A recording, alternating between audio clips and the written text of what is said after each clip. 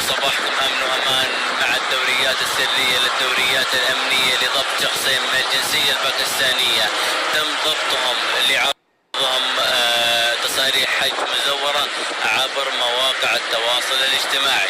طبعا الدوريات السرية استخدمت الآن اسمي، بيطلع لي الآن تصريح حج.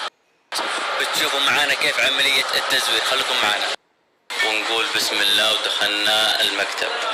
الشخص الأول مقبوض عليه، هذا الشخص اللي يزور الأسماء. هذه مجموعة من المبالغ وتصاريح التزوير. بنشوف اسمي وين، بتشوفوا اسمي هنا، هذا جاهز اسمي هنا سامي الشيباني. بيطبعوا لي تصريح، تطبع تصريح.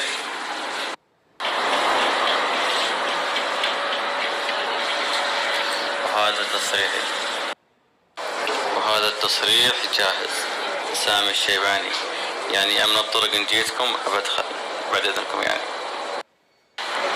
شوفوا كيف عملية المسح.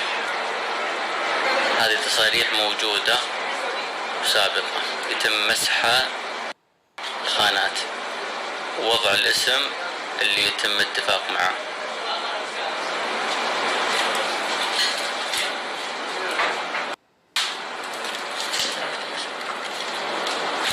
سامي الشيباني جاهز، بس بكل يسر. طبعا التصاريح اللي تشاهدونها الآن 16 تصريح، واحسبوا تصريحي أنا بعد رقم 17. والمبالغ المالية وجدت بحوزة الشخص وما عنده إلا فواتير، يطلع فواتير والتصاريح مزورة. طبعا الأسماء تم إعطاء من قبل الفرقة السرية وإسناد الشخص حتى تم إصدار هذه التصاريح من هذا المكتب والقبض على شخصين. الله يحفظ هذا البلد ويحفظ حكامنا.